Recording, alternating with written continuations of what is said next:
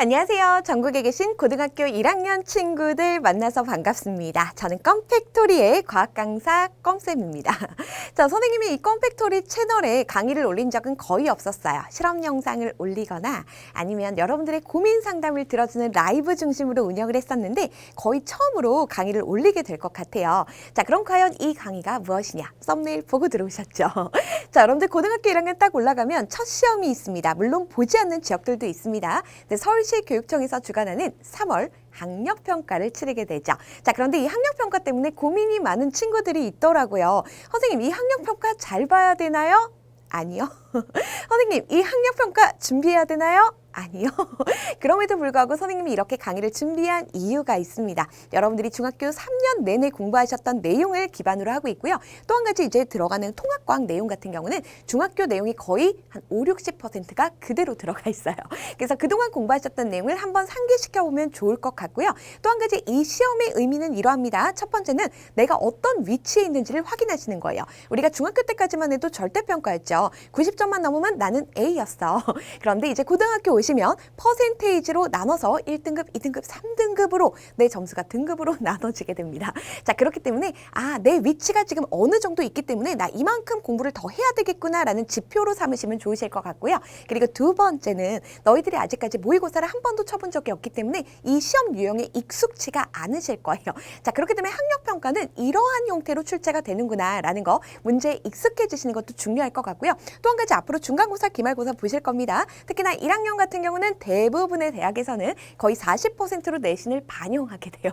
자, 그만큼 1학년 내신 중요한데 선생님들께서 이런 모의고사 형태로 출제하시는 경우가 상당히 많습니다. 그럼 우리가 빨리 적응해보면 정말 좋을 것 같죠? 자, 그래서 준비한 강의라는 거. 자, 선생님이 첫 시간인데 말이 참 길죠. 왜냐하면 여러분들이 이 강의를 어떻게 활용하셔야 될지를 알려드려야 되거든요. 우리 보통 오리엔테이션이라고도 얘기를 하는데 잠깐, 지금 유튜브 강의이기 때문에 좋아요, 구독, 알림 설정까지 부탁드리옵니다. 싫어요면 껌쌤 슬픕니다. 그리고 악플에도 약한 여자예요. 자, 그럼 우리가 4가지 영역으로 구성되어 있잖아. 물리 영역, 화학 영역, 생명과학 영역, 지구과학 영역이고요. 여러분들이 학평을 보실 때는 총 20개의 문제가 출제가 될 거예요. 자, 그럼 가장 먼저 등장하는 게 뭐냐? 바로 여러분들이 가장 싫어하신다는 물리 영역이 제일 먼저 등장하게 될 거예요. 그리고 가끔씩 이제 그래프 같은 게 딱 등장하면 혹하는 친구들이 있는데 그럴 경우에는 뒷부분 문제를 먼저 푸시는 것도 방법이겠죠. 자, 그래서 오늘 첫 시간은요, 선생님 물리 영역을 진행하도록 할 겁니다. 우리가 중학교 3년 내내 물리 영역에서 어떤 내용들을 공부했었는지 살짝 상기시켜 보도록 할 거고요. 그리고 또 한 가지 3개년 기출 문제를 분석해 드릴 거예요. 자, 근데 문제 같은 경우는 교환이 당연히 필요하겠죠. 그래서 선생님이 아주 예쁘게 교환도 만들어 놨습니다. 여기 더보기를 통해서 확인을 해 보실 수 있으니까 다운로드 받아서 먼저 풀어보시면 좋을 것 같고요. 또 타임라인도 설정을 해드리도록 하겠습니다. 그래서 친구들에게 많이 알려주시면 좋을 것 같아요. 네, 첫 번째로 여러분들이 시험지를 받으셨을 때 만나게 되는 영역이죠. 5문제 정도 출제가 될 건데요. 바로 물리 영역입니다. 자, 우리가 중학교 3학년 때 6개의 단원을 통해서 공부하셨어요. 1학년 때 2개 단원, 2학년 때 2개 단원, 3학년 때 2개 단원으로 골고루 분포되어 있지만 실제 시험 문제는 2, 3학년에서 많이 출제가 된다. 너무 다행이죠. 우리 1학년 때 자유학년제 하면서 엄청 놀았어. 그치? 자, 그럼 어떤 내용들 공부했었는지 살짝 훑어보도록 할게요. 자, 먼저 여러 가지 힘을 통해서요. 다양한 힘의 종류들을 만나봤어요. 우리 두 물체 사이에서 서로 밀거나 끌어당기는 상호작용을 힘이라고 얘기를 했었고요. 자, 힘을 어떻게 표시하는지 화살표로 표시라는 내용들 공부를 하셨죠. 자, 먼저 중력, 지구가 끌어당기는 힘이었습니다. 그리고 또 한 가지 고무줄이라든가 용수철처럼 탄성체라고 불리죠. 이들 같은 경우는 변형이 되었을 때 원래 상태로 되돌아가려는 힘이 있다. 이것이 바로 탄성력입니다. 라고 했고요. 자, 물체의 운동을 반대 방향으로 방해하는 힘이 있었습니다. 마찰력이라고 했고요. 자, 액체나 기체가 물체를 띄우는 힘이 있었죠. 물 위에 배가 떠 있습니다. 공기 중에 기구가 떠 있습니다. 이런 것들 전부 다 부력이라고 해서 중력과 반대 방향이요. 라고 얘기를 했어요. 자, 그리고 빛과 파동이라는 단원을 만나봤었는데요. 한 점에서 시작된 진동이 퍼져 나갑니다. 이때 전달되는 건 에너지다라고 얘기를 했죠. 그 중에서도 우리는 가장 먼저 빛과 색이라는 단원을 통해서 빛의 3원색은요. 빨간색, 초록색, 파란색이 있고요. 이들을 합성하면 어떤 색이 나와요. RGB, 노청자 뭐 이런 내용들 공부했었어. 자, 그리고 거울과 렌즈의 다양한 이용을 살펴봤었고요. 자, 몇몇 거울과 렌즈 같은 경우는 상의 모습까지도 공부를 하셨어요. 자, 그리고 파동의 한 종이 소리에 관해서 중점적으로 만나봤죠. 소리에 3요소가 있습니다. 노크, 매입이라고 했어요. 소리의 높낮이, 소리의 크기 또는 색이라고도 하고요. 소리의 맵시에 관해서 살펴보았습니다. 자, 그리고 중요한 것이 이제 중학교 2학년 정기와 자기죠. 자, 우리는 정기와 발생이라는 단원을 통해서 마찰정기, 정전기, 유도라는 내용을 만나봤고요. 자, 정전기라는 것이 한 곳에 머물러 있는 전기라면 반대되는 거, 흐르는 전기가 있겠죠. 동전기가 아니라 전류라고 했습니다. 자, 전하의 흐름이 전류라고 한다면 이 전류를 흐르게 하는 능력이 전압이었고요. 전류가 흐르는 것을 방해하는 정도를 전기 저항이라고 했는데 요 세 가지를 통일한 것이 바로 옴의 법칙이요. 그래서 여러분들 뭐 V는 IR, I는 R분의 V 뭐 공부 안 하셨어요? 괜찮아요. 이러한 내용들을 공부하셨고 이것을 직렬 연결과 병렬 연결 회로에 적용을 해봤죠. 자, 그리고 전류의 자기작용입니다. 우리 자석 주변처럼 전류가 흘러도 그 주변에는 자기장이 생긴다라고 해서요. 여러분들이 손을 가지고 엄청 연습하셨을 거야. 만약에 직선 전류입니다 라고 한다면 엄지손가락이 전류의 방향, 나머지 네 손가락이 자기장의 방향이고요. 코일이다 라고 한다면 네 손가락이 코일처럼 전류의 방향, 엄지손가락이 가리키는 방향이 자기장의 방향이야. 이런 내용들을 공부하면서 전동기까지 만나보셨어요. 자, 그리고 이어서 열과 우리 생활인데요. 자, 열이라는 것이 무엇인지, 온도가 높은 물체에서 낮은 물체 쪽으로 이동하는 에너지인데 결국 열이 이동하면서 온도가 같아지는 열평형 상태가 나타난다라는 내용과 함께 열을 비교한 값이죠. 자, 물질마다요 열을 좋아하는 정도가 달라요. 그래서 물 같은 경우는 열을 많이 좋아합니다. 그래서 열의 값을 비교를 해봤더니 비열이 크더라.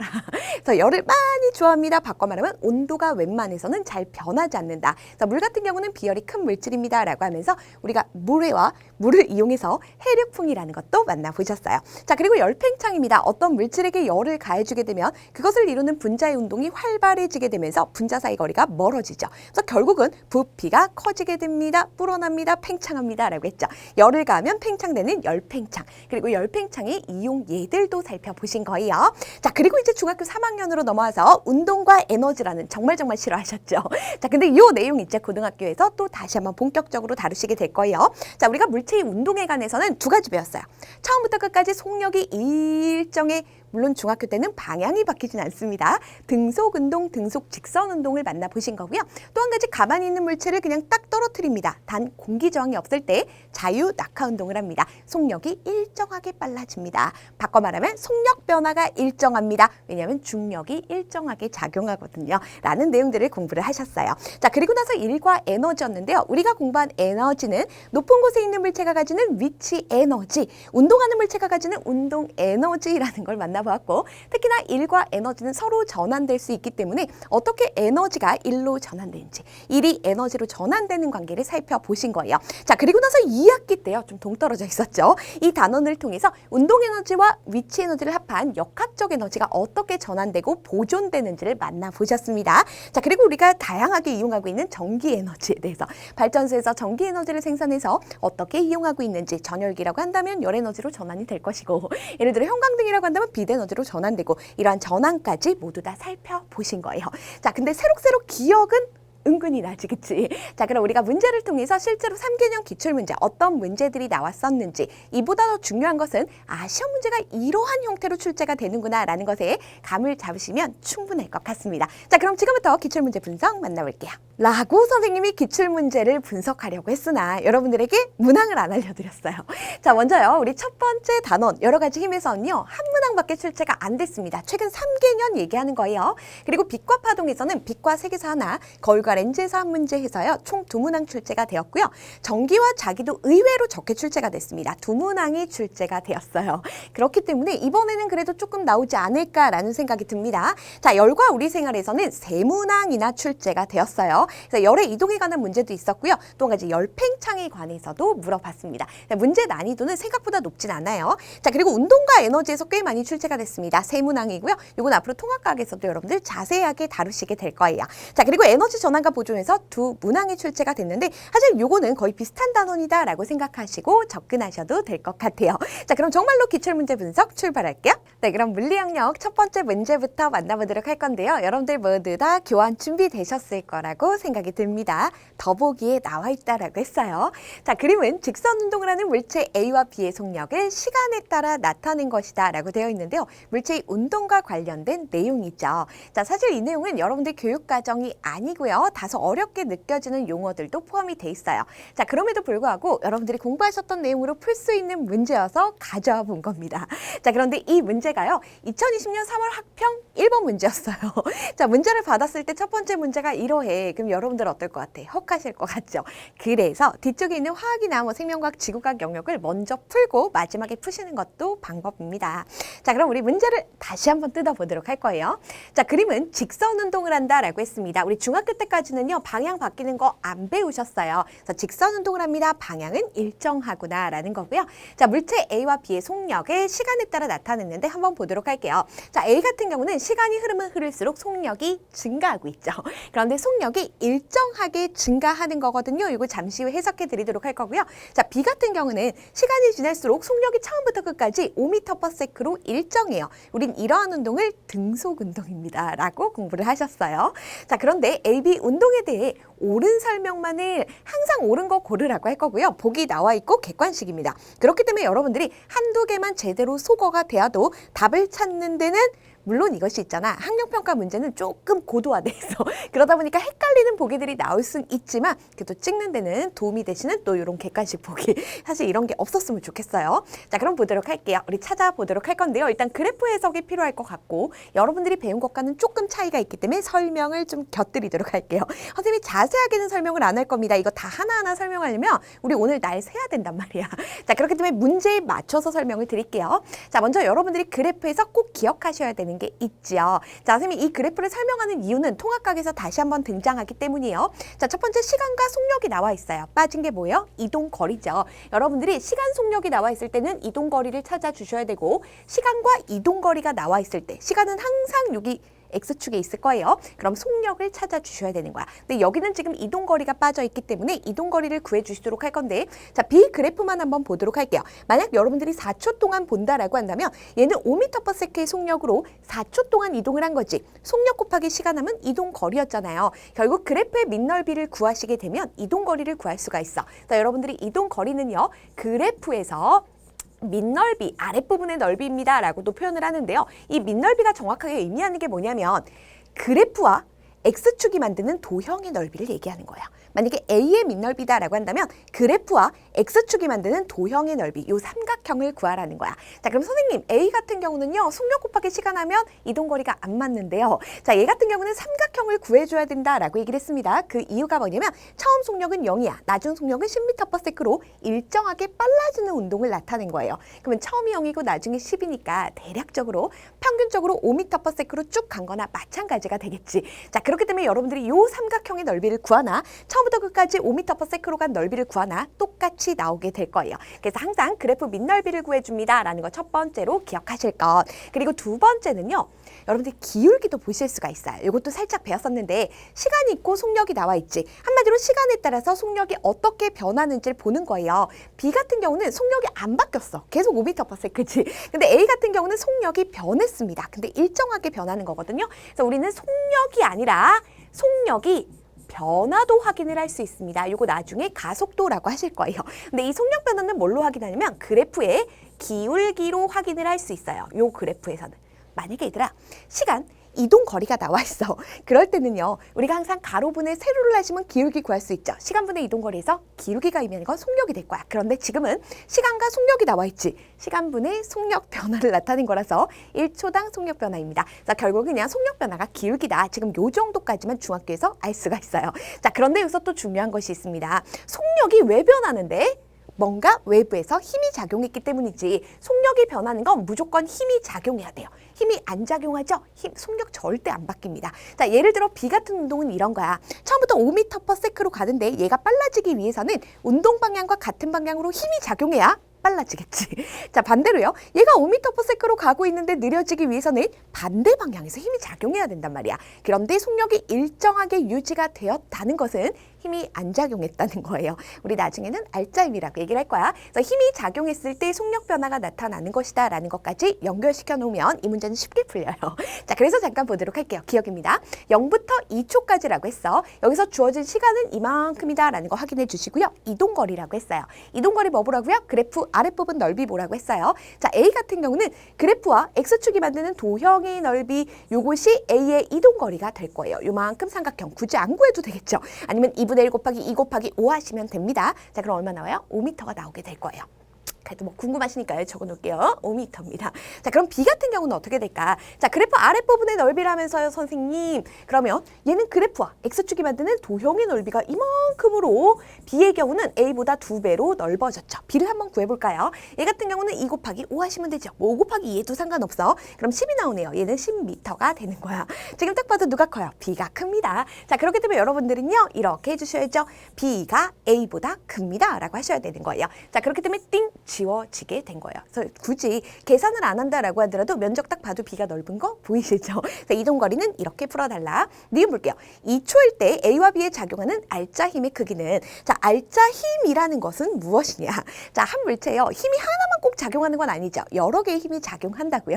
지금 선생님 같은 경우는 지금 가만히 있습니다. 그 이유가 뭐냐면 알짜 힘이 0이기 때문이에요. 나 손 움직이는 거 말고 이 몸이 이 위치에 가만히 있다고. 그 이유는 바로 무엇이냐면 선생님을 끌어당기는 아랫방향에 서는 중력이 있을 것이고 바닥면이 선생님을 또 떠받치는 힘이 있단 말이야. 얘네들 힘의 크기가 같기 때문이요. 분명히 힘은 작용하지만 선생님은 힘이 안 작용하는 것처럼 나타나게 되는 거지. 또 이런 경우도 있어요. 이쪽으로 10N, 이쪽으로 10N, 똑같은 힘이 반대 방향으로 작용하고 있어. 분명히 힘은 작용해. 하지만 선생님은 힘이 작용하지 않는 것처럼 느끼게 되겠지. 결국 여러 개의 힘이 작용해도 하나의 힘과 같은 효과를 나타내는 것을 우리가 알짜 힘이라고 하는데, 나중에 뭐 힘의 합력 이렇게 공부를 하시게 될 거예요. 힘을 합성하는 건데 여러분들이 힘을 합성하는 거를 이번 교육과정에서 안 배웠다고요. 자, 그렇기 때문에 알짜 힘은 그냥 모든 힘이 다 작용했을 때 그 힘을 합한 힘이다 라고 생각을 하시면 돼요. 자, 그래서 알짜 힘의 크기라는 걸 묻고 있어. 자, 힘 아까 전에 얘기했습니다. 이젠 조금 더 정확하게 얘기할게요. 알짜 백의 힘이다 라고 생각을 하시면 돼. 자, 2초일 때 A와 B의 작용한이라고 했어. 자, 2초일 때를 지금 물어보고 있습니다. B 같은 경우는요, 처음부터 끝까지 속력이 변하지 않았죠. 그럼 속력 변화가 여기다 잠깐 적을게. 속력 변화가 0이라는 것, 속력이 안 바뀌었다는 건 알짜 힘이 0이라는 거죠. 자, 그렇기 때문에 이 B는요, 작용한 알짜 힘이 0이에요. 자, A를 한번 보도록 할게요. 이 2초 순간에도 이 A 같은 경우는 속력이 일정하게 변하고 있어요. 선생님, 일정하게 변하는 걸 어떻게 알아요? 변하는 건 눈에 보이지만 우리가 아까 전에 기울기가 속력 변화다라고 얘기를 했죠. 자, 요 부분에 기울어진 정도나 요 부분이나 요 부분이나 기울어진 정도 다 똑같아. 그치? 기울기가 다 똑같습니다라는 거는 속력 변화도 일정하다는 거예요. 그래서 A 같은 경우는 속력 변화가 일정해. 근데 왜 속력 변화가 일정한 거야? 변화의 원인이 되는 건 무조건 힘이지. 알짜 힘이 일정했기 때문이에요. 자, 그렇기 때문에 여기서는요, 알짜 힘인 일정한 거야. 얘들아, 힘이 일정하게 작용하는 거랑 힘이 없는 건 완전 다른 얘기야. 자, 그렇기 때문에 크기가 같은 게 아닙니다. B는 힘이 없습니다 라고 해주셔야 돼요. 자, 그래서 얘도 띡입니다. 이거 볼게요. 2초부터 4초까지 A에 작용한 알짜 힘의 크기는 일정하다. 우리 방금 했죠. 자, 기울기가 일정하다는 것은 속력 변화가 일정한 것이고, 속력 변화는 무조건 힘과 관련 있는 거야. 힘이 일정해, 속력 변화 일정해. 힘이 없어, 속력 변화 없어. 힘이 증가해, 속력 변화 증가하는 거거든. 자, 그렇기 때문에 일정한 거 얘만 맞아요. 이미 기억니은 지워졌으니까 디귿은 당연히 답이겠지. 자, 그래서 디귿 체크하시면 됩니다. 정답 2번이에요. 조금 어려울 수는 있습니다. 선생님이 좀 쉽게 설명하려고. 자, 다음 보도록 할게요. 2번입니다. 그림과 같이 점 A에 가만히 놓은 물체가 점 D까지 올라갔다가 지금 보니까 A, B, C, D는 운동 궤도상의 점입니다 라고 얘기를 했고요. 어떤 구간은 마찰이 없고요. 어떤 구간은 마찰이 있고요. 자, 얘 뭘 지금 나타낸 것 같아요? 문제에서 지금 역학적 에너지를 얘기하고 있죠. 자, 따라서 얘는요, 에너지 전환과 보존 파트에서 물어보는 내용입니다. 선생님 지금 답이 나오려고 한 게 아닌데. 자, 볼게요. 자, 다시 한번 문제 보도록 할 겁니다. 그림과 같이 점 A에 가만히 놓은 물체가 점 D까지 쭉 움직여갖고 여기까지 가게 된 거야. 원래 같은 경우는 높이를 이렇게 회복을 해야 되는데 이만큼 갔다는 거는 마찰이 있었기 때문이죠. 그래서 마찰이 있는 구간이라는 게 나타나는 거야. 근데 다른 구간은 마찰이 없고, 항상 여러분들이 모의고사 문제를 풀 때는 단서를 잘 보셔야 돼요. 자, 그리고 BC 구간만 마찰이 있습니다. 그래서 실수할까 봐 또 친절하게 여기 문제 그림에도 적어줬어. 자, BC, D에서 물체의 역학적 에너지를 각각 E, B, E, C, E, D라고 할 때 이들의 크기를 비교하라고 했고요. 또 한 가지 물체의 크기나 공기 저항은 무시하겠다라고 얘기를 했습니다. 자, 그럼 우리 역학적 에너지 한번 비교해 보도록 할 건데요. 일단 가만히 놓은 물체라고 얘기를 했어요. 자, 그러면 여기서의 역학적 에너지가 있을 거예요. 요거를 EA라고 할게요. 당연히 높은 곳에 있으니까 위치 에너지 있을 거고요. 가만히라고 했으니까 운동 에너지는 없어. 이 점에선 같은 경우는 이때의 위치 에너지가 곧 역학적 에너지입니다. 위치 에너지 EP라고 적어도 되겠죠. 그래서 이렇게 포텐셜 에너지. 그래서 결국 여기서의 에너지가 있었어요.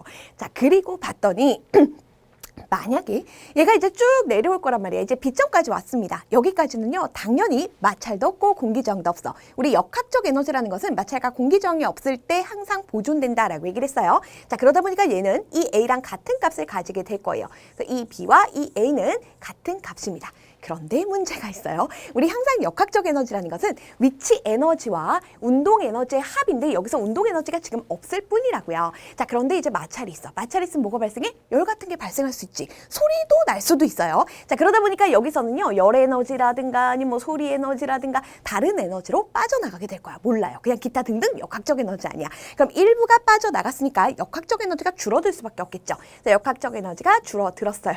자, 이렇게 줄어든 상태가 되는 거고 다시 마찰이 없어. 공기저항도 없어. 그럼 역학적 에너지는 보존이 되겠지. 그럼 여기서의 역학적 에너지는 당연히 EC와 ED는 같습니다. 라고 하시면 되는 거예요. 선생님 목소리 상태가 좀 가라앉도록. 지금 사실 새벽 2시입니다. 선생님이 본 강의를 찍고 이렇게 또 이제 무료 특강을 위해서 강의를 찍고 있어요. 자, 그러면 저기서 물어본 거는 지금 역학적 에너지 B, C, D 구간만 물어봤잖아요. 그럼 이렇게 똑같이 나와 있는 거 고르시면 정답은 지금 B부터 나와 있는 거죠. B가 가장 크고요. C와 D는 같습니다. 자, 그래서 답은 1번이라고 잘만 골라주시면 돼요. 자, 다음 보도록 할게요. 문제 3번입니다. 그림은 학생 ABC가 힘에 대해서 대화하는 모습입니다. 지금 봤더니요, 뭐 자기력, 거기다가 뭐 지구가 물체를 당기는 중력 이런 걸 얘기하고 있지. 여러 가지 힘이요. 근데 여러분들은 자기력과 전기력을 안 배우신 것뿐이에요. 자, 물론요, 여러분들이 이제 전류의 자기작용에서 살짝 공부하시긴 했어요. 자, 그럼 잠깐 보도록 할게요. 자, 이렇게 힘에 대해서 대화를 하고 있는데 옳은 학생을 고르라고 했습니다. 힘은 두 물체 사이에 서로 밀거나 끌어당기는 상호작용이라고 부르거든요. 그래서 힘의 정의를 설명하고 있고 여러분들 공부하셨어요. 그래서 학생 A 잘했습니다. 떨어져 있는 두 자석 사이에서도 자기력이 작용해. 너네 이런 경험 있죠? N극 자석과 S극 자석을 떨어뜨려 놓은 거야. 그래도 얘네들이 어느 정도까지 자기력이 미치는 공간이라고 한다면 얘가 다시 끌어당기게 되죠. 또는 조금 떨어뜨려 놓은 S극과 S극 서로 밀어내게 되거든요. 이건 떨어져서도 작용할 수 있다라는 거예요. 근데 우리가 앞에서 공부했던 마찰력이라든가 탄성력은 반드시 접촉해야 됐었잖아. 자, 그렇기 때문에 얘는 떨어져서도 작용하는 힘 맞아요. 학생 B 잘했어요. 자, 지구가 물체를 당기는 힘, 얘가 뭘 얘기하는 거야? 중력을 얘기하게 되는 거죠. 자, 이 중력은 지구 중심을 향합니다. 연직 방향입니다. 라고도 표현을 했었어요. 그래서 다 맞아요.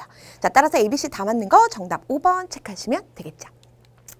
다음 보겠습니다. 물리 4번입니다. 자, 그림은 인형이 나무에 매달려 정지해 있는 모습을 나타낸 것입니다. 라고 했는데 보기 쫄라쫄라 봤더니 뭔가 끌어당기는 힘 얘기하는 것 같고요. 우리가 공부했던 운동에 관해서 설명하고 있죠. 자, 운동과 에너지 내용을 응용해서 풀 수 있다는 거야. 그럼 보도록 할게요. 자, 얘는 18년도 문제입니다. 자, 기억이요. 인형에 작용하는 중력은 0이다 라고 했는데 우리 먼저 이 물체에 작용하는 힘을 좀 나타내 보도록 할게요. 지구가 인형을 끌어당기는 힘이 있겠지. 지구가 인형을 끌어당기는 힘이 있을 거고요. 또 반대 방향으로는 요 실이 인형을 또 끌어당기는 힘이 있겠죠. 자, 지금 봤더니 힘의 크기는 같고요. 방향이 반대예요. 이럴 때 우리가 알짜임이 0입니다. 라고도 표현을 하고 알짜임이 0일 때는 운동 상태 변화가 없다라고 했었지. 우리가 이걸 힘의 평형이라고도 하는데 반대 방향으로 같은 크기의 힘이 같은 작용선상에서 지금 작용하고 있을 때 이 물체는 계속해서 이렇게 정지 상태를 유지할 수 있습니다. 알짜힘이라고 적어드릴게요. 그래서 알짜힘이 0인 상태예요. 그렇게 해서 얘는 힘의 평형을 유지하고 있습니다. 라는 거예요. 힘의 평형입니다. 그래서 이런 상태를 나타낸 거고요. 자, 그럴 때 인형에 작용하는 중력은 있어. 있는데 아래로 10N이면 위로도 10N이 작용하기 때문에 얘가 이 상태로 정지해 있는 거야. 그래서 중력이 아예 안 작용하는 게 아닙니다. 자, 그렇기 때문에 땡! 중력 작용해. 일정한 크기의 중력이 작용하게 되겠죠. 그래서 지워주시고요. 니은 볼게요. 실이 인형을 당기는 힘과 라고 했는데 자, 여러분들이 요거 이제 고등학교 1학년 올라가시면 또 배우시게 될 건데요. 선생님이 아까 그려준 거랑 똑같은 거예요. 실이 인형을 당기는 힘이라고 했지. 자, 실이요. 인형을 당기는 힘 요렇게 나타내시면 돼요. 자, 그리고 지구가 인형을 당기는 힘이라고 했어. 근데 지금 봤더니 실이 인형을 얘가 목적이지. 자, 힘이 지구가 인형을이라는 거지. 한마디로 항상 얘들아 목적이 되는 것이 여기서부터 작용점의 시작이라고 보시면 돼요. 자, 그래서 요거는 실이 당기는 거, 요거는 지구가 인형을 당기는 거. 한 물체에 지금 서로 다른 두 힘이 작용하고 있어. 자, 그런데 이 힘의 크기가 서로 같고 방향이 반대이면서 같은 작용선상에 있기 때문에 힘의 평형 상태를 유지하고 있는 겁니다. 자, 그래서 요것도 여러분들이 배우진 않았어요. 자, 그럼에도 불구하고 풀 수 있다. 그래서 선생님이 넣어준 거다라는 거 아시죠? 자, 그래서 니은 맞아요. 디귿 볼게요. 실을 끊으면 이건 여러분들이 확실하게 알 수 있어. 인형은 일정한 속력으로 떨어진다라고 했어요. 딱 실을 끊어요. 실을 끊습니다. 그리고 또 한 가지 이제 공기 저항이 없다라는 단서가 없긴 한데 딴 건 몰라도 얘가 끊어진다라고 하면 중력에 의해서 아래로 떨어지겠지. 아무리 공기 저항이 크다라고 하더라도 중력이 더 크단 말이야. 그러다 보니까 힘이 작용하죠. 그럼 얘 같은 경우는 힘이 작용했습니다. 속력 변화 있다라고 했어. 그러니까 일정한 속력이 아니죠. 점점 빨라지는 운동을 하게 될 겁니다. 자, 그래서 일정한 속력 아니고요. 속력이 그 시비 안에 증가하는 운동을 하게 되겠죠. 그래서 땡입니다. 자, 만약 공기 저항 없다 설명이 있으면 자유낙하 운동 하게 되는 거예요. 자, 따라서 정답은 니은 하나만 맞아요. 2번 체크하시면 됩니다. 자, 이게 물리가 조금 많이 바뀌었어. 그러다 보니까 선생님이 그래도 골라올 문제들 다 골라온 겁니다. 자, 물리 5번 보도록 할게요. 그림과 같이 빗면에 레일을 설치하고 레일 위에 점 A에 쇠구슬을 가만히 놓았더니 뭔가 높은 곳에서 떨어지면서 물체 밀고 가는 것 같죠? 높은 곳에 있는 물체가 가진 에너지, 위치 에너지가 나무도막을 미는 일로 전환되는 걸 나타낸 거예요. 자, 그렇게 되면 여러분들 운동과 에너지, 위치 에너지에서 공부하셨던 내용입니다. 자, 그래서 쇠구슬이 B점을 지나, 지금 B점이 중간에 지금 위치해 있고요. C점에서 나무도막과 충돌한 후 나무도막과 함께 S만큼 이동해서 정지했습니다. 라고 했어요. 자, 그런데 항상 단서 중요하다라고 했어. 자, 여기서 옳지 않은 거 고르라고 했고요. 표시해 주세요. 레일과 쇠구슬 사이의 마찰과 공기저항은 무시하겠대요. 공기저항은 항상 역학적 에너지 나올 때 무시합니다. 라고 나오게 되죠. 자, 그리고 또 한 가지. 레일과 쇠구슬 사이의 마찰을 무시하는 거예요.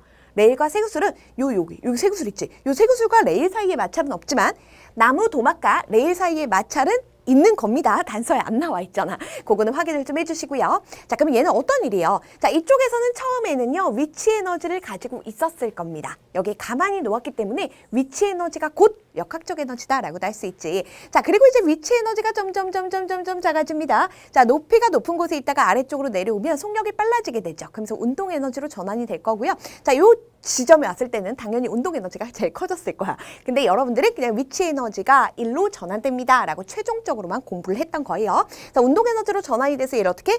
쭉 그 에너지로 밀고 가서 정지를 하는 거야. 자신이 가진 에너지만큼 일을 하게 되겠죠. 얘는 위치 에너지가 결국은 운동 에너지로 바뀌었다가 요거 생략하셔도 돼요. 자, 그렇게 해서 나무도막 미는 일을 하게 된 거예요. 워크 이렇게 적은 거예요. 자, 그러면 우리 여기서 하나하나 문제에서 물어보는 걸 보도록 할게요. 쇠구슬의 운동 에너지는 B에서가 A에서보다 크다라고 했습니다. 얘들아, 운동 에너지라는 것은 아래로 내려오면 내려올수록 빨라지게 되는 거지. 그래서 위쪽에 있을수록 위치 에너지가 큰 거고 아래쪽으로 내려올수록 운동 에너지가 커진다라고 얘기를 했었어. 자, 그렇기 때문에 쇠구슬의 운동 에너지는 B가 더 아래쪽에 있죠. 야, 여기 위에 처음에 정지였어. 운동 에너지 빵이었다고. 근데 내려오면 점점 빨라지면서 속력이 생기게 되니까 당연히 운동 에너지 더 커졌을 거예요. 그래서 B에서가 A에서보다 큽니다 라는 표현은 맞아요. 자, 2번 볼게요. 쇠구슬의 위치 에너지는 B랑 C를 비교하고 있어. B랑 C, 위치 에너지는 높이가 결정하는 거지. 더 높은 곳이 B잖아. 그러니까 B가 더 큰 거예요. 그래서 B에서가 C보다 큽니다. 맞아요. 3번 볼게요. 쇠구슬의 역학적 에너지는 이라고 했습니다. B와 A를 비교하고 있어. 자, 여기도 지금 마찰 없습니다. 공기저항도 없습니다. 그럼 역학적 에너지는 당연히 요 지점이나 똑같을 거야. 단지 얘는 역학적 에너지가 위치 에너지는 있지만 운동 에너지는 없어요. 가만히 있었기 때문에 위치 에너지가 곧 역학적 에너지였을 거고 여기서는 당연히 높이가 있기 때문에 위치 에너지도 가지고요. 내려오는 중이니까 속력 있겠죠? 운동 에너지도 가져요. 이 역학적 에너지 값은 같다라는 거야. 그래서 최고점에서의 위치 에너지와 B점에서의 위치 에너지, 운동 에너지 합이 같은 겁니다. 자, 그렇기 때문에 역학적 에너지는 같다라고 해주셔야 합니다. 앞에는 안 고칠게요. 자, 따라서 3번이 X예요. 그럼 4번, 5번 왜 맞는지 볼게요. 나무도막이 운동하는 동안 열이 발생한다. 나무도막과 레일 사이는 단서 잘 보려니까 마찰 없다는 얘기 없어요. 그러니까 당연히 여기서는 마찰이 있을 수밖에 없죠. 그래서 마찰이 있기 때문에 정지할 수밖에 없는 겁니다. 자, 그러니까 열이 발생하는 거, 열 에너지가 빠져나가겠죠. 맞아요. 자, 다음 5번 볼게요. 쇠구슬을 B에다가 놓았습니다. 이제 여기서 출발을 시키겠다라는 거야. 그럼 나무도막의 이동 거리는 S보다 작아진다라고 얘기를 했어요. 자, 예를 봐봐요. 자, 여기서 출발을 했어. 그러면 이때는 위치 에너지가 곧 역학적 에너지. 굉장히 크겠죠. 근데 여기도 마찬가지로 가만히 있는 거야. 위치 에너지가 아까보다 작아졌다는 건 처음 에너지인 역학적 에너지도 더 작았다는 거야. 에너지가 작으니까 할 수 있는 일의 양도 적을 수밖에 없겠지. 자, 그래서 우리가 잠깐 위치 에너지 같은 경우는 9.8 기억나실까? 질량 곱하기 높이라고 얘기를 했어요. 자, 근데 요것이 온전하게 그대로 나무도막을 미는 일, 우리가 어떤 물체에 힘을 가해서 힘의 방향으로 이동해서 일입니다 라고 얘기를 했는데 여기서는 이제 마찰력이 되는 거고 이동한 거리가 되는 거죠. 근데 마찰력 같은 경우는 우리가 뭐 나무도막의 뭐 재질을 바꾸기로 했어. 나무도막의 뭐 무게나 질량을 바꾸기로 했어. 아니란 말이야. 그렇기 때문에 얘는 마찰력은 항상 일정해요. 거기다 9.8 똑같이 곱해주는 상수예요. 같은 쇄구술이니까 질량도 똑같아요. 결국은 높이가 낮아졌기 때문에 나무도막 이동거리도 줄어들 수밖에 없는 겁니다. 자, 그렇기 때문에 작아진다라는 거죠. 그래서 B에 놓으면 나무도막 이동거리는 S보다 작아져요 라는 거 얘는 맞죠. 자, 따라서 정답은 3번입니다. 그리고 참고로 여기 보면 뭐 3점 이렇게 적혀있지. 3점짜리 문제는 어려운 문제, 그리고 나머지는 2점짜리입니다. 다음 볼게요. 자, 그림은 물이 담긴 냄비를 가열하여 용기 속 우유를 데우는 모습을 나타낸 것입니다. 자, 지금 보니까 요거 이제 물중탕을 나타낸 것인데 물이 데워지면 우유 쪽으로 열이 이동하면서 물이 먼저 데워지고요. 그리고 이렇게 열이 이동해서 우유 데울 것 같죠. 요거 열의 이동을 설명하는 거거든요. 그래서 열과 우리 생활에서 공부하셨어요. 자, 이에 대해서 옳은 설명 고르라고 했습니다. 기억 볼게요. 물이 가열되는 동안 물 분자는 이동하지 않는다. 자, 우리가 만약에 물을 가열했단 말이야. 그럼 물 같은 경우는 당연히 열을 전달하게 되죠. 자, 열을 전달하는 방법 세 가지가 있는데요. 뭐 전도라는 것도 있고 복사라는 것도 있고 대류라는 것도 있는데 액체나 기체가 열을 전달하는 방법이 열을 갖고 직접 물질이 이동하면서 열을 전달한다라고 표현을 했었어. 자, 우리가 이것을 대류라고 얘기를 했습니다. 실제로 물에서는 대류가 일어나게 되기 때문에 물질이 이동을 해요. 그래서 물 분자는 이동을 합니다. X예요. 자, 다음 2번 니은 보도록 할게요. 그리고 보통 분자가 이동하지, 분자라고 표현하기 좀 그런데 원자가 이동하지 않는 경우가, 물질이 이동하지 않는 경우가 어떤 경우냐면 고체에서 열이 전달될 때, 그때는요 이 고체를 이루고 있는 원자들이 제자리에서 진동하면서 열을 전달한다라고 했었어. 자, 그 다음 니은 보도록 할게요. 우유가 데워지는 동안 열은 물에서 우유로 항상 온도가 높은 쪽에서 온도가 낮은 쪽으로 이동하는 것이 열이에요. 역방향 없습니다. 자, 그렇기 때문에 온도가 먼저 데워진 게 물이잖아. 그러니까 물에서 우유 쪽으로 열이 이동하게 되겠죠. 맞아요. 자, 이어서 디귿 보도록 할게요. 물의 온도가 올라갈수록 물 분자의 운동은 항상 온도 높아지면 분자 운동은 활발해지는 거죠. 그러니까 얘도 맞네요. 자, 따라서 정답은 니은 디귿입니다. 4번이라고 하시면 돼요. 자, 다음 볼게요. 7번입니다. 자, 그림가는 온도가 10도씩 물을 가득 채운 플라스크에 유리관을 꽂았고, 자, 그리고 이제 물이 담긴 수조에다가 넣었더니 수면이 높아진 거 보이시죠? 이게 액체의 열 팽창을 나타내는 거거든요. 자, 10도씩 물이 했을 때는 결국 수면이 요만큼 높이였어요. 근데 수조에 물이 몇 도인지는 모르겠어. 그런데 수면이 아까보다 높아진 거 보이죠? 왜 이렇게 열팽창하게 된 거야? 온도가 높아졌으니까. 분자 운동이 활발해지면서 분자 사이 거리가 멀어지면서 결국은 부피가 커지게 된 거죠. 그러니까 여기는 온도가 높은 물이 있겠구나. 그래서 열을 이렇게 전달하게 된 거죠. 자, 가에서 나로 변하는 동안 플라스크 안의 물에 대한 옳은 설명만을 보기에서 고른 것은 이라고 했습니다. 부피가 팽창했습니다. 이게 바로 액체의 열 팽창을 나타낸 거고요. 니은 볼게요. 열을 흡수했습니다. 자, 물 입장에서는 주변으로부터 수조에 있는 물로부터 열을 흡수한 거 맞지요? 자, 이어서 볼게요. 분자 운동이 더 활발해졌습니다. 그렇기 때문에 분자 사이 거리가 멀어져서 부피 커진 겁니다. 이 단계를 기억하시면 돼요. 그래서 모두 다 맞아서 정답 5번에 나와 있어요. 얘는 쉬운 문제예요. 지금 보니까 3점 안 적혀 있죠. 자, 다음 볼게요. 8번입니다. 자, 그림은 동일한 세 개의 전구 ABC와 스위치 S 그리고 전압이 일정한 전원 장치를 이용해서 구성한 회로를 나타낸 것이다. 자, 그런데 이것도 여러분들이 풀 수 있어서 가져온 거예요. 자, 동일한 전구라는 거는 전부 다 저항이 같다라는 거예요. 자, 전구, 동일한 전구 ABC. 여기 동일한 줄 칠게요. 얘는 무슨 뜻이라고요? 저항, 머리 크고 발차기 하는 깡패같이, 그치? 전류가 흐르는 것을 방해한 정도 저항이라고 했어요. 선생님이 여기는 잠깐 적어드릴게요. 전기 저항을 나타낸 겁니다. 이 저항이 일정하다, 저항이 모두 같다. 똑같은 전구니까요. 자, 그래서 옳지 않은 거 고르라고 했습니다. 자, 지금 보니까 여기 스위치가 있죠. 이게 어떤 상태냐면 원래는 A와 C가 이렇게 직렬 연결돼 있는 거야. 그런데 스위치를 닫는 순간 A에서부터 이제 B, C로 전류가 나누어서 흘려. 그래서 요 A와 B, C가 이제 병렬 연결되는 형태가 나타나게 되는 거예요. 그래서 우리 보통 하나의 선으로 쭉 연결된 거 직렬 연결이라고 했고요. 선을 추가하는 거 병렬 연결이라고 했는데 이 부분은 B와 C가 병렬 연결된 거야. 딱 봐도 은근히 비읍자 보이죠? 병렬 연결입니다. 자, 그러면 원래 모습도 선생님이 살짝 그려보도록 할게요. 굳이 안 그려도 상관없는데 조그맣게 그릴게요. 옆에 튀어나가면 별로니까. 자, 얘 같은 경우는 A가 있고요. 그리고 C가 있고요. 이렇게 연결된 거나 마찬가지라고요. 얘가 없다라고 치면. 구부러진 부분을 펼 수가 있으니까. 그래서 원래는 A, C 이런 상태였는데 스위치를 닫는 순간은 어떻게 되는 거야? 띠리리 이렇게 A, B, C가 병렬 연결된 이런 형태가 나타나는 거죠. 자, 그런데 S를 닫기 전이라고 했습니다. 닫기 전이니까 이 형태를 얘기하는 거지. 이때 A와 C에 흐르는 전류의 세기는 같습니다 라고 했어요. 얘는 뭐예요? A와 C가 직렬 연결돼 있는 거죠. 자, 기억나실지 모르겠지만요. 지읒, 리을, 직렬 연결은 지읒, 리을 모든 부분 전류의 세기가 같아요. 자, 그래서 우리가 예를 들어서 여기서 2A가 흘러. 그럼 A나 C나 다 2A 흐를 거 아니야. 자, 그렇기 때문에 전체 전류와 각 부분 전류의 세기가 같은 것이 직렬 연결이에요. 그래서 전류 세기 같습니다. 맞고요. 2번 볼게요. S를 닫기 전 역시나 얘를 얘기하는 거야. A와 C의 밝기는 같아요. 지금 봐봐. 전류의 색이 똑같고 여기 적어볼게. 전류의 세기, 전류의 세기를 I라고 나타내거든요. 자, 그 다음에 저항, R이라고 했죠. 이 저항도 똑같다라고 했잖아. 전류의 세기랑 저항 똑같아. 그럼 당연히 우리 전압이라는 것은 전류의 세기 곱하기 저항이었잖아. 그럼 전압도 어때? 얘네들이 똑같을 수밖에 없는 거야. 자, 그렇기 때문에 전압도 똑같아, 전류도 똑같아, 전압, 전류 다 똑같아.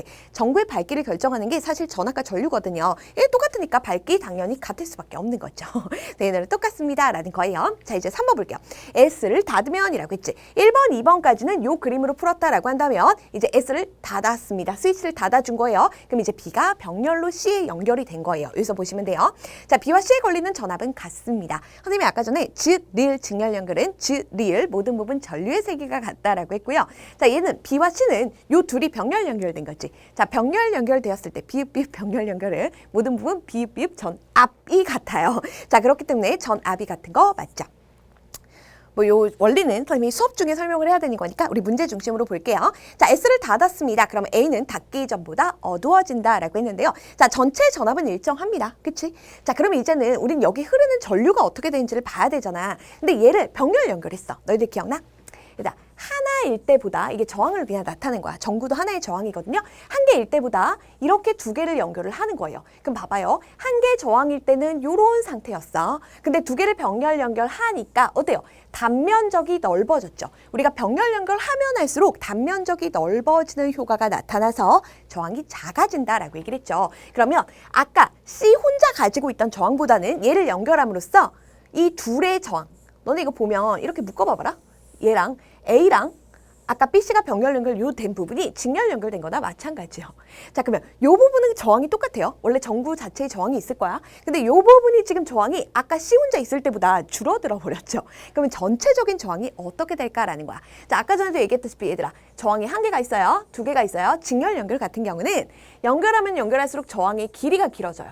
한 개일 때보다 두 개일 때 길이가 길어지지. 그러면 그만큼 전자들이 이동하기 힘들 거 아니야. 자, 그렇기 때문에 얘는 저항이 커진다라고 하거든요.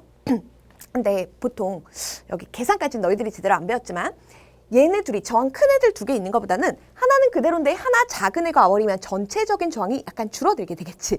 그러다 보니까 전류는 더 많이 흐를 수가 있겠죠. 그래서 우리 ohm의 법칙에서 V는 IR이에요. 전체를 보는 거야. 전체 전압은 그대로예요. 똑같아요. 똑같고 근데 이제 합성 저항이라고 하죠. 얘는 두 개, 큰 애들 두 개 더 가야 돼. 예를 들어서 얘가 2옴, 2옴이잖아. 그럼 4옴이야. 근데 얘가 2옴, 1옴이잖아. 그럼 얘는 3옴이란 말이야. 그러니까 저항이 줄어들었어요. 그럼 전체 전류는 많이 흐를 수밖에 없겠죠. 그래서 이렇게 전체 전류의 세가 증가하게 되는 거예요. 자, 그러다 보니까 닫기 전보다 어떻게 되는 거야? 얘는 밝아진다라고 하셔야 돼요. 자, 밝아집니다. 밝아진다. 라고 해주셔야 됩니다. A는 그래서 전류가 더 많은 전류가 흐르게 돼요. 그럼 선생님, 전압은요. 물론요. 밝기에 영향 주는 건 전류의 세기도 있고 전압도 있어. 근데 기억나세요. 우리가 직렬 연결 같은 경우는 모든 부분 전류의 세기가 같고 직렬 연결에서는 V는 IR ohm의 법칙이야. 모든 부분 전류의 세기가 같고 저항이 큰 쪽이 전압이 크게 걸려요. 그래서 저항과 전압이 비례합니다. 얘는 근데 저항이 똑같은 전구니까 1대1이지. 그러면 전압도 1대1이란 말이야. 근데 얘 같은 경우는 만약에 이 저항보다는 얘가 더 작잖아. 만약에 저항의 비가 2대1이야. 그럼 전압도 2대1로 걸린단 말이야. 그러니까 전류도 많이 흐르고 전압도 당연히 커진 거잖아. 자, 그렇기 때문에 얘는 밝아진다라고 하셔야 돼요. 그리고 상식적으로 생각해도 얘들아.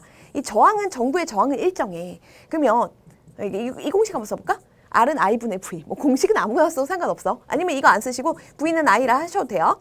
전구의 저항은 일정해. 그런데 전류가 많이 흘렀다는 거는 여기에 전압이 큰 전압이 걸렸다는 거야. 그러니까 더 밝을 수밖에 없습니다.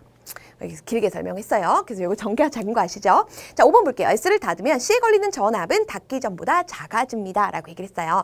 자, C에 걸리는 전압, 요 전압을 얘기하는 거예요. 자, 아까 전 같은 경우는 여기 전압이 있었어. EV라고 가정을 해볼게. 그러면 똑같이 저항이 1대1이니까 전압도 1대1로 비례해서 걸리게 돼요. 그럼 여기에 1V 걸리면 여기도 1V가 걸리는 거나 마찬가지야. 근데 얘 같은 경우는 똑같이 2V였다라고 하더라도 자, 지금 요 부분 같은 경우 저항이 작아졌죠. 예를 들어서 뭐 저항의 비가 뭐 2대1입니다 라고 한다면 전압도 2대1로 걸려. 당연히 요 2V가 2대1로 걸리면 아까보다는 작아지게 되는 거지. 그래서 전압이 작아지는 거 맞아요. 그러면 요 부분은 사실 병렬이기 때문에 여기 걸리는 전압이나 여기 걸린 전압이 이만큼 걸린 전압이나 다 똑같거든요. 그래서 전체에 걸리는 전압을 생각을 해보시면 더 줄어들게 되겠구나. 저항이 작아졌으니까. 그래서 이렇게 나타내시면 됩니다. 자, 따라서 정답은 4번이에요. 이렇게 길게 설명하려고 한 게 아닌데 9번 볼게요. 자, 그림은 가는 열팽창 정도가 다른 열팽창 나왔습니다. 우리 열팽창, 열과 우리 생활에서 공부했던 내용이고요. 자, 지금 봤더니 이게 바이메탈을 나타낸 거예요. 자, 서로 다른 금속 A, B를 접합시켜. 자, 가끔씩요. 서로 다른 금속이니까 우리가 앞에서 비열을 먼저 공부했단 말이야. 선생님, 비열 다르잖아요. 서로 다른 금속이면 당연히 물질의 특성이 비열 달라요. 근데 이거는 비열을 이용하는 게 아니란 말이야. 열팽창 정도가 다른 성질을 이용한 거야. 비열도 다르고 뭐 끓는 적, 녹는 적 당연히 다 다르겠지. 자, 그런데 이 바이메탈을 전원장치에 연결을 했고요. 나는 가에서 스위치를 닫고 난 후 얼마 후 A와 B가 팽창을 했대. 얘들아, 팽창을 했다는 건 뭐야? 뭐가 가해진 거야? 열이 가해진 거야. 온도 높아진 거라고요. 그래서 열이 가해지면 팽창을 하는 거고 반대로 차갑게 만들어 냉각을 시킵니다. 그럼 어떻게 돼요? 수축이 되겠죠. 그래서 팽창해서 접점에서 떨어지면서 뭔가 휘어진 모습을 나타낸 거죠. 그리고 처음 길이는 같았고요. A와 B는 열평형 상태에 있습니다. 열평형이란 건 뭐야? 온도가 같습니다. A와 B의 온도 같습니다. 지금 현재는 그래요. 라는 걸 나타내는 거죠. 당연히 똑같이 열을 가해서 지금 온도가 이제 같아진 상태를 나타내는데 휘어졌단 말이야. 왜 이렇게 휘어지게 된 것일까? 자, 똑같이 열을 가했습니다. 그랬더니 지금 A 쪽으로 구부러졌죠. 선생님 만약에 이렇게 인사를 한다면 나 지금 배 쪽으로 구부러진 거잖아. 지금 A 쪽으로 구부러졌어요. 그 이유가 바로 뭐냐면 똑같이 열을 가한다라고 하더라도 똑같은 온도 변화가 나타나도 B는 많이 늘어나고 A는 상대적으로 조금 늘어난 거야. 그러다 보니까 이들이 붙어 있어서 휘어질 수밖에 없는 거예요. 만약 열팽창 정도가 똑같으면 그냥 이 상태에서 이렇게 길어지면서 전체적인 부피만 커졌겠지. 근데 휘어졌다고요. 자, 그래서 선생님이 항상 예전에 여러분들한테 얘기했던 게 뭐냐면 요걸 기억하라 했어. 이 원리만 아시면 냉, 큰, 가, 작을 기억하라고 했어요. 빨리 가자. 냉큼 가자. 이거야. 냉큼 가자. 근데 지금 가열한 상황. 온도가 높아진 상황, 열을 가한 상황이라고요. 그러니까 작은 쪽으로 휘어지는 거예요. 그래서 얘가 열팽창 정도가 작은 금속, 얘는 열팽창 정도가 큰 금속을 나타낸 거다라는 거죠. 자, 그래서 이런 상태에서 옳은 설명만을 고르세요라고 했습니다. 기억 볼게요. B의 온도는 나에서가 가에서보다 높다. 당연히 있잖아. 요 나 때의 온도는 당연히 A가 되었건 B가 되었건 처음에 같은 온도였다가 나중에도 이제 열을 가한 거니까 온도 같아졌다라고 했잖아. 그러니까 얘네들은 당연히 둘 다 온도 높아진 겁니다. 자, 그렇기 때문에 나에서가 가에서보다 둘 다 A, B 둘 다 온도가 높다라고 하셔야 돼요. 얘는 맞는데 A도 해당이 된다라는 겁니다. 자, 이어서 니은 볼게요. 열팽창 정도는 누가 크다고요? B가 크다고요. 그래서 B가 A보다 큰 거 맞고요.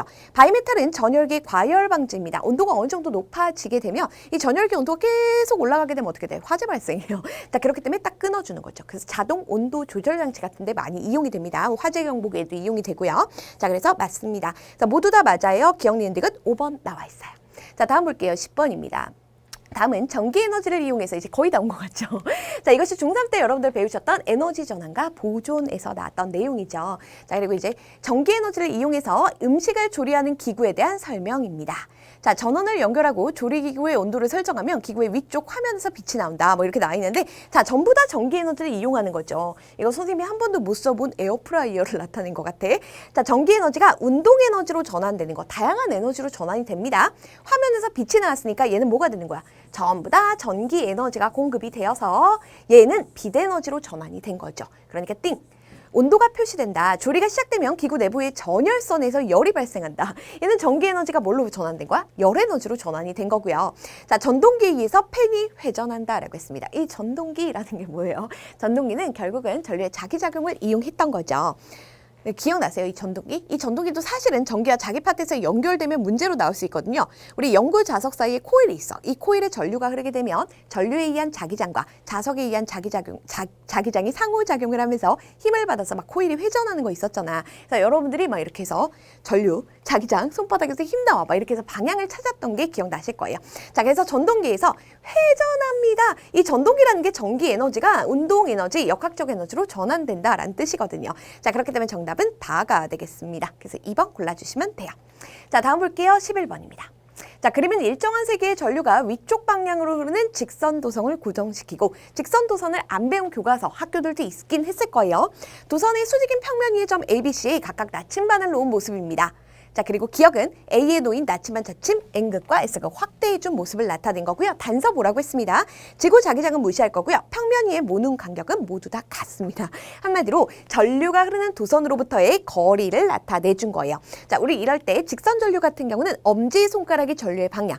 그래서 지금 전류, 도선이 있잖아. 전류의 방향이고 이거 오른손입니다. 나머지 네 손가락이 감아지는 게 자기장의 방향이었지. 살짝 위에서 보여드리면 이렇게 나타나죠.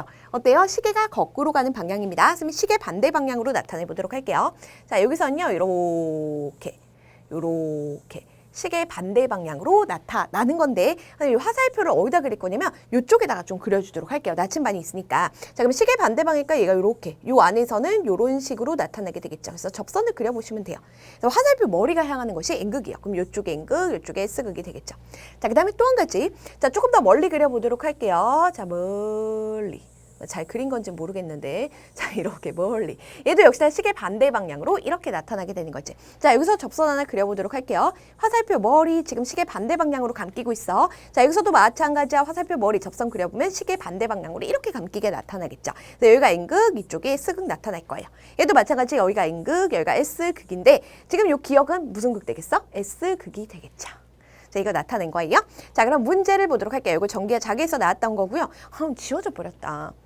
자, 이렇게 나타냈을 때 선생님이 이쪽에 N극이라고 했습니다. 보셨죠? 여기가 S극입니다. 그래서 S극 요거 표시해놓고 가도록 할게요. 자, 기억은 S극입니다. 맞아요. 니은 볼게요. 전류에 의한 자기장의 세기는 B에서가 A서보다 크다라고 했는데 전류에서, 도선에서, 당연히 전류가 흐르는 곳에서 가까우면 가까울수록, 우리가 자기장의 세기라는 건 전류가 세게 흐를수록, 그리고 전류가 흐르는 곳에 가까우면 가까울수록 자기장 당연히 세겠죠. C보다는 B가 더 가깝잖아. 그치? 무는 중에 눈금으로 확인해 놨죠. 그래서 B에서가 A서보다, A도 떨어져 있잖아. 그치? 얘를 봤을 때 얘는 한 칸 떨어져 있고 얘는 두 칸 떨어져 있지. 그러니까 B가 더 세겠지. 자, 그렇기 때문에 B에서가 A보다 큽니다. 맞아요.